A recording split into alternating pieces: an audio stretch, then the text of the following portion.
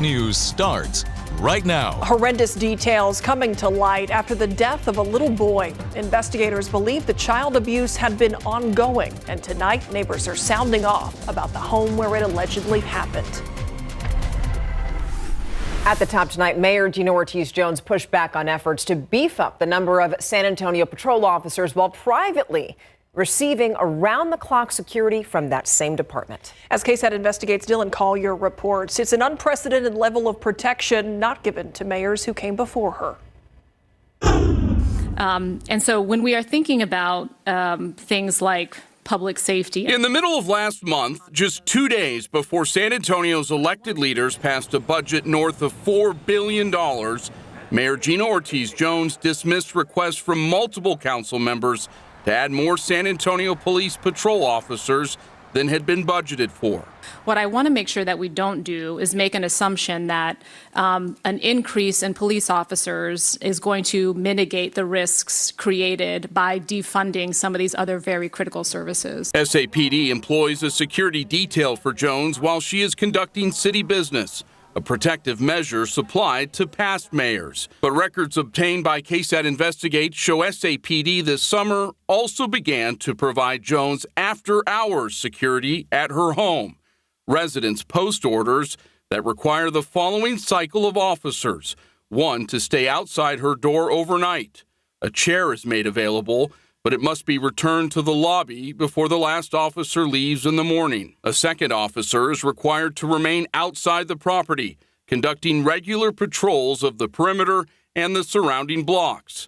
If Jones leaves her residence for a walk or to walk her dogs, an officer is required to accompany her at a respectful distance, ensuring she feels safe and supported while remaining discreet and professional. If the mayor drives herself somewhere, an officer is ordered to follow in a patrol unit, maintaining discreet surveillance from inside the vehicle.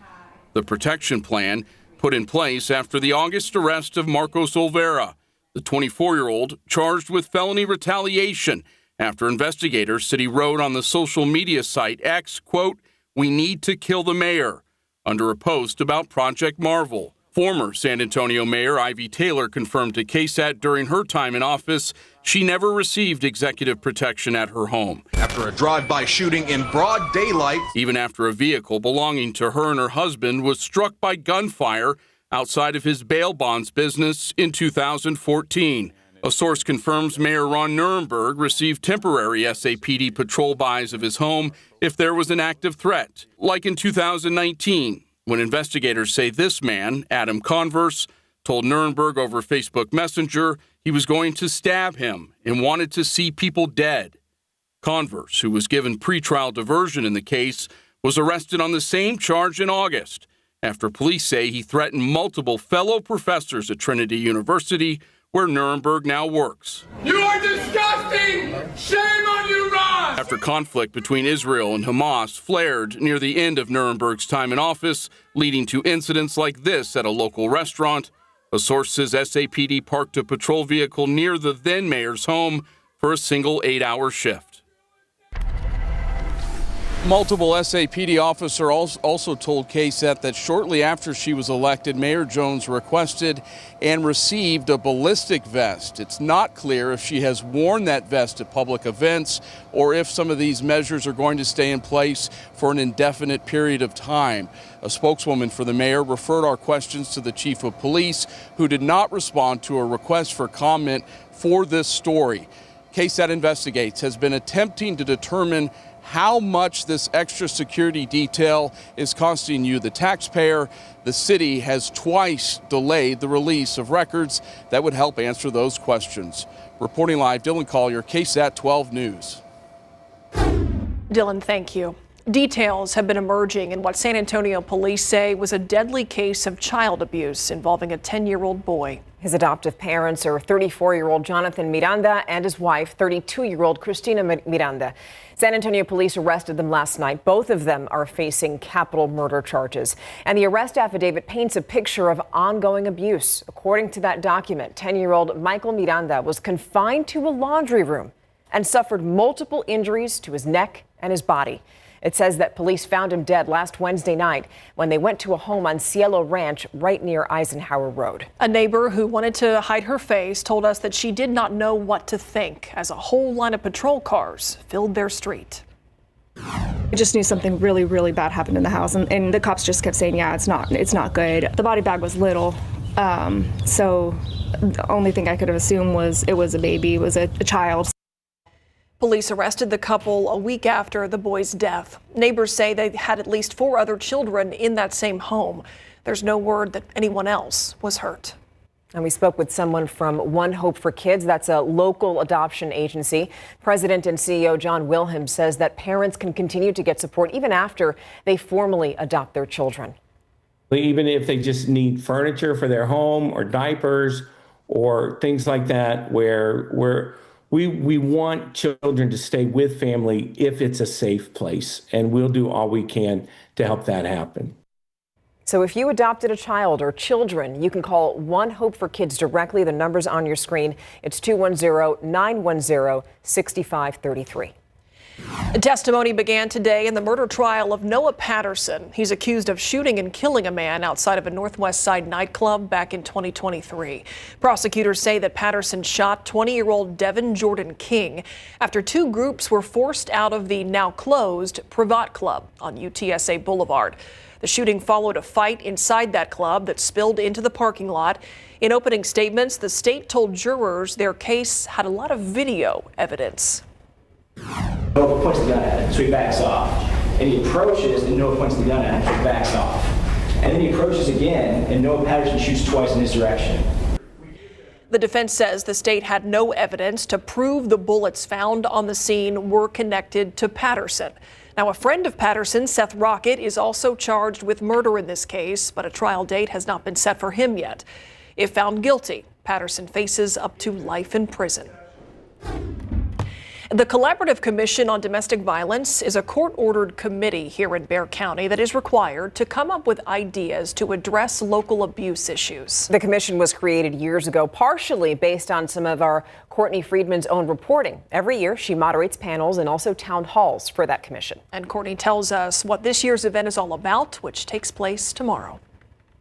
Yeah, Myra, tomorrow's day-long symposium offers workshops and panels on trauma-informed practices, underserved populations, and also legal help you may need. There are also community organizations and advocates on standby. Judge Monique Diaz co-chairs the commission, which brings together leaders from across the county. Our judges, law enforcement, our nonprofits, anyone that can have an impact on domestic violence.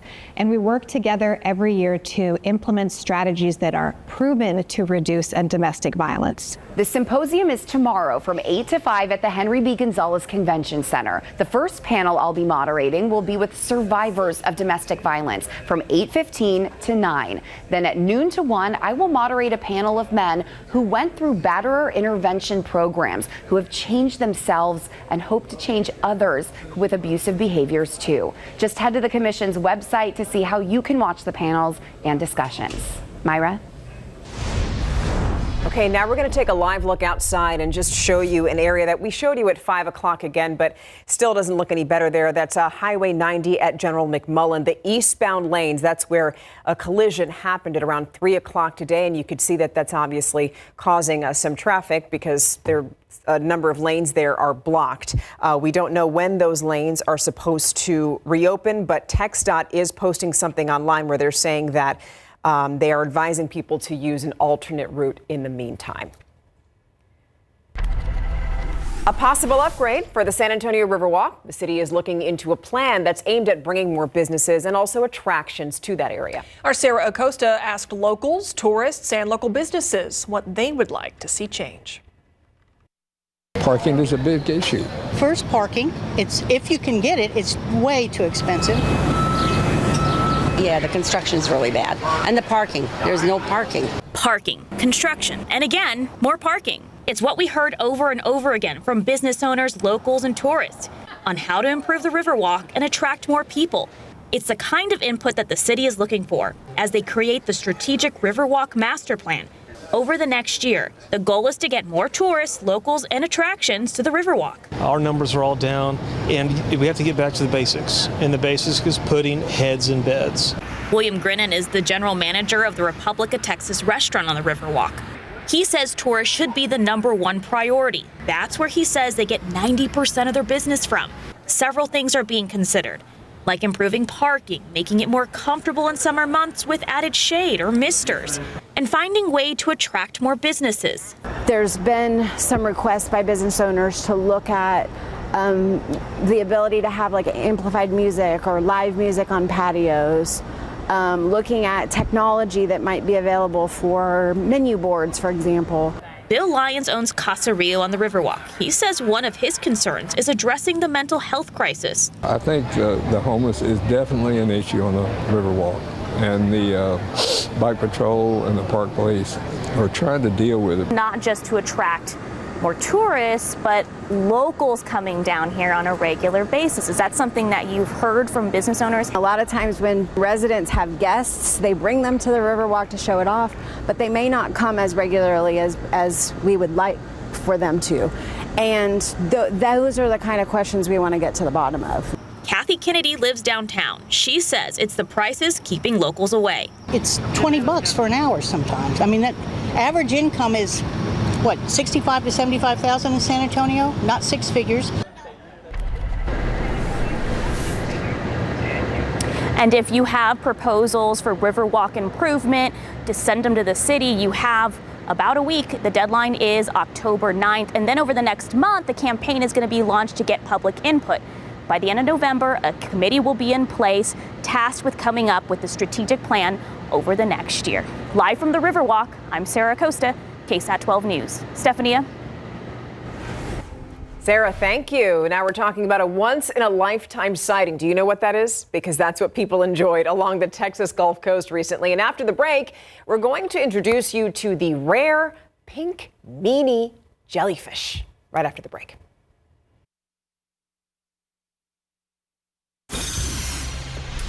Some lucky beachgoers saw pops of pink in the water along the Texas Gulf Coast. Or unlucky, depending on how you feel about jellyfish.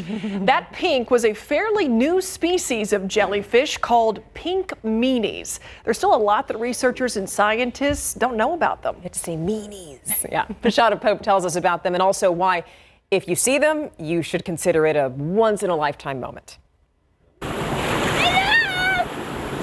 Visitors to Padre Island and Port Aransas recently got to see more than just the beautiful Texas coastline. Some got to see a rare sight, pink meanie jellyfish. They're not very common at all, and we only see them in the warmer months. Mark Fisher is the science director of the Coastal Fisheries Division for the Texas Parks and Wildlife Department. He says the pink meanies, they were first discovered back in the early 2000s. It was originally thought to be one of the cousins from the Mediterranean. But further genetic analysis that was published in 2011 determined, no, it's a whole new species that's native to the Gulf. And their size can vary. A snorkeler encountered this pink meanie off the coast of Pensacola, Florida, back in 2022. I know they found one off of Dolphin Island that was almost 3 feet across, 70 feet long. They thought it was about 50 pounds. Did you catch that? 70 feet long. To give you a perspective as to how long the tentacles of the pink meanie can get, we're at Naylor Savannah at the San Antonio Zoo. And there's Braden, the adult male, 15 feet tall. It would take about 5 of him stacked on top of each other to reach 70 feet. The pink meanie's diet is primarily moon jellyfish. The moon jellyfish is one of the most abundant jellyfish worldwide, actually. So in the Gulf of Mexico, they're present almost all year round. Samantha Mayer is with the Friedrich Aquarium at the San Antonio Zoo. The zoo doesn't have any pink meanies, but it does have moon jellyfish. And she says a spike in the number of moons can be a nice buffet for the pink meanie. Once the meanie latches on, is there any type of defense mechanism that they have, or is just that's done? Moon jellies do have their own nematocysts, but they're pretty weak. They have their own venom as well, but again, it's pretty weak. I would say the meanies is probably a little stronger than the moons, so that's probably it for them. Fisher says pink meanies don't have a stomach, so they eat with their tentacles. They can actually digest a moon jelly in about 2 to 3 hours. That's remarkably fast. But Fisher says their tentacles only deliver what's said to be a mild sting and a possible rash to humans. And once the moon jellyfish are gone, so are the pink meanies. Pashada Pope, KSAT 12 News. Ladies and gentlemen, we have a witness to the pink meanies here in studio with us this evening. Adam Caskey, you saw some of these at the coast? Yeah, so I was bay fishing, in the back bays, right? Okay. And they weren't everywhere, but you'd see groups of them periodically. And typically I wade fish, I hop out of the boat, walk, cast, wade, anywhere from up to chest deep sometimes. Anyway, there were pink meanies, several spots, and basically they were in groups. But, the average size was maybe that big around. I don't know if but not the big guys. Not the big ones with the huge tentacles. No, nothing like that. And this was in the back bays. And yeah, the white jellies were around too. So you'd see, I guess that's why they were there. But I was wearing long pants, of course, wading in the water. I had a heads up. There were some pink meanies around. Anyway, drought monitor, new one's in. This is last week's. And look right here from Seguin to Gonzales to Hallettsville and LaGrange. And now we're going to go to today's. Boom. You see how the severe drought category has spread eastward along I-10 through Luling, LaGrange, Hallettsville, Gonzales, and even down near Cuero. The rest of the state and the rest of our area, no real noticeable changes. Now about 24% of Texas is considered in drought. There is a teeny chance of a few pop-up showers tomorrow. I think most of it's going to be closer to the Gulf coastline. But as this futurecast is showing, and I don't really agree with this futurecast, so keep that in mind. I think it's a little too aggressive. But by 3-4 o'clock, one or two little rogue pop-up showers could develop tomorrow in the afternoon. Again, going forward, it's not going to surprise me any day, tomorrow through the weekend and into next week, if we get some showers along the Gulf Coast, but I don't anticipate much else to work its way closer or inland more and closer to San Antonio. So we give it a 10% chance tomorrow and then even into the early part of next week. Unfortunately, nothing significant. Main reason why, upper level high, big blue H, blocking mechanism. Pushing all the rainmakers, the good, big, large-scale rainmakers we could use, like what we had several weeks ago, right? About 3 or 4 weeks ago. We had the remnants of a tropical system. But no, these rainmakers are being blocked and pushed away from moving in. So unfortunately, we're just not going to have it. There's going to be a system over the Gulf for several days. It's going to rain cats and dogs over the open water, but unfortunately not bring that rain inland to us. 92, our current temperature. 93 was our high, by the way. Dew point of 54, that's the key. Dewies, not bad. We've had some pleasant air in place, but I will point out that I do think the dew points will rise a little bit at night and in the morning, starting tonight and then every night and morning going forward for several days. But dew points in the 50s now. It's going to set the stage for a beautiful evening. 89 Helotes, 94 Port SA, 94 Floresville. Officially at the airport in town, we're 92, but by 10 o'clock, we're at 82, and then midnight 78. And tomorrow morning, we'll start the day similar to the past few. Upper 60s within town, mid 60s in outlying areas. And then we get to noon tomorrow, 87, 92, the high temperature, and just that off chance of a stray shower or storm. Again, a 10% chance. Hondo tomorrow, 93, Del Rio 95, Cotulla 96. So above average for this time of year. The average high is now dropped down to 86. So we'll be running above average, not just tomorrow, but really the foreseeable future. Control C, Control V kind of weather. Copy, paste is basically the theme here going forward. Mornings getting up to 70, then afternoons in the lower 90s. Coming up at 6:45, an update on the tropics, what's left of Imelda, and two little areas of possible development. Okay, all right. Thank you. Thanks, Adam. Hi, Larry. Hello. So tell us about these new additions on the Spurs. Oh, I'll tell you what, the Spurs are excited about the two new bigs they picked up during the offseason. Luke Cornett and Kelly Olynyk. Silver and Black really want to see what these guys can do in the paint. Plus, UTSA men's basketball, they will have a new look this season. We're going to hear from Coach Quanch coming up.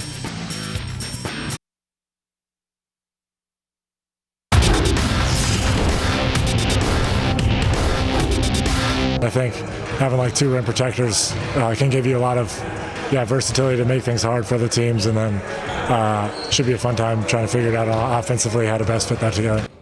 Luke Cornett is looking forward to teaming up with Victor Wembanyama on Big Board Sports. The Spurs are working out and getting ready for their regular season opener at Dallas, which is now less than 3 weeks away. Two of the Spurs' big offseason additions are center Luke Kornet and Kelly Olynyk. Kornet is listed as 7'1" and has 8 years of NBA experience. Olynyk is 6'11" and has 12 NBA seasons under his belt. Julian Champagnie likes the idea of what those two bigs can do to help out the team. They have different styles and would give the Spurs versatility. Oh, man. A traditional center. Obviously, the big fella, Vic. Unicorn. Different kind of player. Super talented. When we come to, Kelly and Luke, also very talented in what they do, just different styles of play. So that second unit, even if they want to play with the first unit, it'll just be a little different with them actually setting screens, rolling every time, facilitating a little more and doing those kind of things. So I think it'll just open the floor a little more and be able to space a lot. And that space will open the floor for Spurs shooters like Champagnie. The men's basketball team at UTSA is back on the court and getting ready for year number 2 under head coach Austin Clonch. Last season, the Roadrunners went 12-19 overall, 6-12 in the American Conference. So not happy with how things went. The Roadrunners gutted their roster and only have 2 scholarship players returning. Clonch went into the transfer portal to focus more on size and physicality. This afternoon during their media avail, Clonch said he's happy with this year's squad. Yeah, we are bigger. Definitely size was something that we felt, in the American. It's a really physical league, and while we ran around and shot a lot of threes, we struggled to get to the free throw line. We struggled to finish inside when we needed to. So we're really happy. Just top to bottom, not just our bigs, but our guards, have some size as well. And then depth. I just think we had some unlucky injuries last year. So it's really important that you're not just worried about a starting 5 or whatever the case may be. You got to make sure that you're building enough depth from 1 through 15, that they're ready to go in and contribute. UTSA will take on UIW Saturday, October 25th in an exhibition game called the San Antonio Challenge. And now the end of that Colorado State game, a really important win to move to 500, 2-2 going into a bye week. But the way that game ended, you did all you could. You had a big offensive outing. But what was your reaction on the sideline as time was expiring and in the fashion you guys won? Man, I'm like, it's finally over. Because to me, the game felt kind of long. I'm like, we need to just go ahead and get this dub, hop on the bus, and hop on the plane, get back to San Antonio. I'm tired. Yeah. Mary Rominger recently went one-on-one with UTSA running back Robert Henry Jr. You can catch that sit down tonight at 7 on KSAT Sports Now. We're also talking big game coverage, which kicks off tonight, week 6, and Victor Wembanyama's thoughts on adding bigs Luke Kornet and Kelly Olynyk. That's tonight on KSAT Sports Now, available on KSAT Plus. Thank you, Larry. You got it. All right, coming up next, have you ever wondered where mums come from? The homecoming kind. KSAT Explains is next.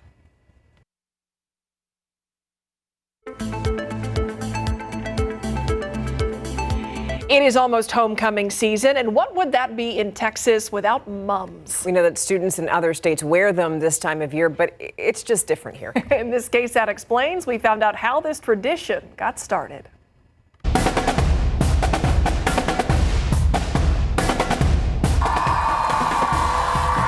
'Tis the season, not fall, not football, mum season. My mom said, go big or go home, I guess. And big they are. I want to say like 7 pounds. Bows, braids, bling, and more give a mum its meaning. NHS member, track, student council pride and patriotism chair, Spanish Honor Society, and senior class president. My favorite part of the mom is that my mom made it for me. This big tradition may just be a big metaphor for the oh-so-big reputation of Texas. Big hearts, big love, big football, big community, big family, big. I'm Amy Schultz, and I'm the author of Momentous. Momentous, a book about the origin and evolution of Texas homecoming mums. Around the turn of the century in the 1900s, chrysanthemums were popular. They were kind of haute couture. And they bloom in the fall. Guess what else was blooming around the turn of the century? American football. The first high school football game played in Texas was in Galveston in 1884. But, it was still kind of rough and tumble.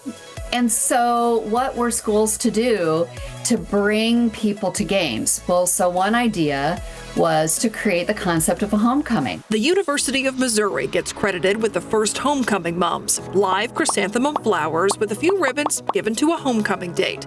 So how did we go from that to this? Because Texas did something different than everybody else. After World War II, there was a baby boom in the 1950s. Then in the 60s, a population boom with more people moving to Texas. High schools were being built fast, and florists couldn't keep up. So customization was already happening by the 60s. But florists were like, oh my gosh, these are live flowers. We can't make them weeks and weeks in advance. So the idea of introducing artificial flowers started floating around. Florists help convince people that a homecoming mom could be a keepsake, not just something that would wilt and wind up in the trash. And once you start believing that a homecoming mom is a keepsake that can reflect the individual who wears it, moms get involved. And DIY they did. In the 1970s, a recession hit. Big bucks for a big mom wasn't affordable, so moms started mum making. Michael's opened first store in Dallas in 1977. Hobby Lobby opened its first store the year before in Oklahoma City. And so suddenly all of these homecoming mom supplies came whooshing into the market through North Texas. This is my showstopper this week. My name is Ronnie Wiggins. The name of my company is Spirited Moms by a Spirited Mom. How did you get into mum making? Because we were on a tight budget when I was in high school. Ronnie makes custom mums out of her own home. Garters too for the guys or the girls, all created in a room full of ribbons. This boa I call my standout boa. Floor to ceiling feathers and flowers and an arsenal of glue guns. On average, how long would you say it takes you to make one mum? It's probably between 6 to 8 hours. Because I make all the braids, I have to do the crown, I have to put everything together. She makes about 70 to 80 mums a year. There have been many nights that I have forgotten to go to bed. I have forgotten to eat. Ronnie's busy season is August to November, but even in her off season, she's prepping for next year. So I have hangers of braids over there for different schools. There are even mum maker retreats. We have discussions about marketing, social media, trends, the Pantone color of the year, because that sometimes determines what colors we're going to see in mums. That's right, mums aren't just about school colors anymore, and they're not just for a homecoming date. I've seen girls wear garters. Why not, right? They're a reflection of the person wearing it. There's a lot of personal storytelling that is going on in the mom, and especially the senior year. I've seen quite a few moms that tell the story of what that student's going to do after graduation. People always talk about the rules for moms. Oh, it can only be from your date. Oh, it can only have this. Oh, it can only be school colors. And I always tell people there's no rules for moms. There's no rules. People have come to me and said, I want a Hello Kitty on a mum, and I want you to build the mum around that. Then there are mum trends, and just like in fashion, they're always changing. What are the trends right now this year? Right now, we're still looking at croc mums, where people are doing the little mums that go inside of the croc shoe. So they're putting it like a little 1-inch flower, and they decorate it, and they put it inside the croc. I have never in my life heard of this. The mum earrings, where people are actually making earrings that match the mum that the girl is wearing. And then, of course, the big one is the Stanley mum. Stanley mums, a mum accessory for the insanely popular mug. Let's make a Stanley mum. It's blown up on social media, which is where mum trends spread these days. We're heading about 6 inches, or however tall your Stanley mum is. And this is a mum that goes on the Stanley. This is a mum that goes on the Stanley. Even though these tiny mums get big likes, Ronnie doesn't sell them. Usually there's a cost associated with it, and it's a lot of work. Ta-da! Stanley mum! I'll have to put this on my knockoff Stanley. Very cute. Speaking of cost, mums can get pricey. It all depends on what the customer wants. $35 is where you start with garters, and as far as going up to mums, you can go up to probably about $600-700. $600 to $700. How about that one with the boas on it? That one is $400. Prices can get high, but apparently so can mums themselves. A few stories in some cases. Last year, I was able to find 13 schools across the state of Texas that made mums that were at least 18 feet tall. Whether you order or DIY, go big or go small, mums are what you make them. I love doing this, I really do. And it's who's wearing them that counts most. Mums are a love story, and I've never found any reason to think otherwise. I love when people share their mom pictures on KSAT Connect. That's always a lot of fun to see what people come up with. You can check out all of our KSAT Explains coverage by scanning this QR code. And hey, if there's something you want us to explain, let us know right there on KSAT.com. We're back right after this.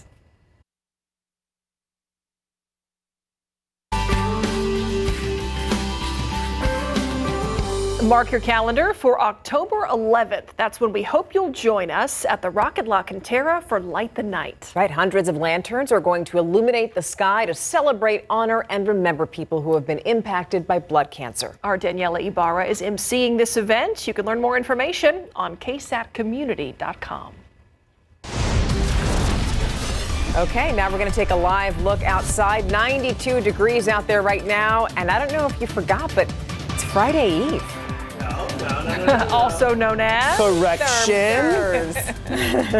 Hashtag Thermthers. Okay, well, you've been hearing Ozone Action Day. You probably get to see the notification on your phone. What that means is in the afternoon for a few hours, low-level ozone near the ground here. It's great up above us, right? But here at the ground, it's not good. Low-level ozone can elevate a little bit into this orange category, which is still pretty low end. It's basically for extremely sensitive groups. If you have extremely sensitive respiratory system, you may have some impacts in the afternoon hours because of the lack of wind to get rid of a lot of this low-level ozone. It's when nitrogen oxide and another pollutant as well, they interact with sunlight and it creates the low-level ozone. Again, great, the ozone layer up above us. We don't like it near the ground here, but notice how most of the day, and for a good chunk of the day, it's really low. So instead of Ozone Action Day, I like to call them Ozone Action Hours, because that's pretty much what it is. It'll be similar tomorrow. We'll talk about the tropics, an update in just a bit.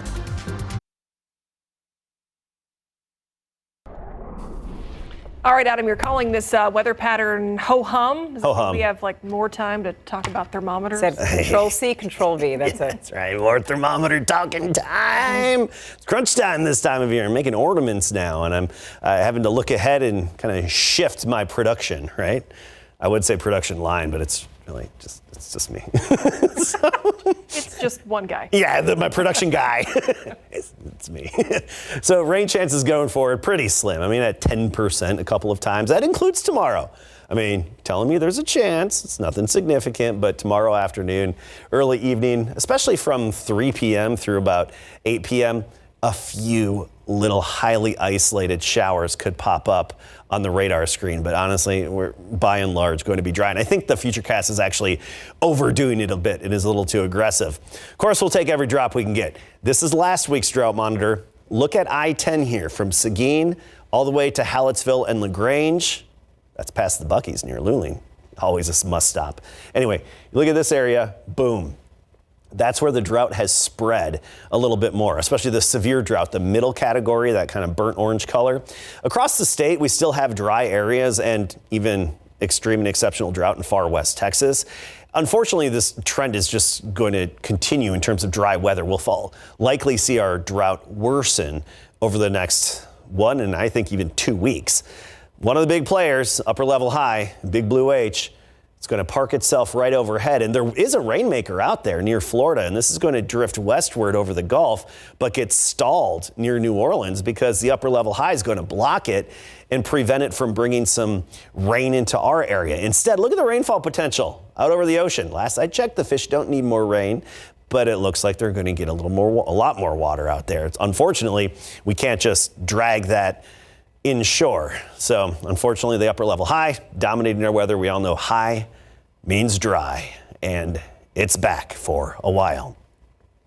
September 10th is the peak of hurricane season. Obviously, we're past that, but we often see another little bump as you get into October. See this little bump right here? You see a decline and then a little bump. And that usually means another little uptick in activity in the Atlantic tropical cyclone activity. We have post-tropical cyclone Imelda, still high winds with it, but it's losing its tropical characteristics and weakening as it heads off to the north and northeast into the North Atlantic. That's just staying out to sea. 10% chance of development near Florida in the next 5 to 7 days, and a 20% chance of development way out in the Atlantic. So pretty quiet going forward, just monitoring a few little spots. Notice the temps, 80s, all the way up and down the plains.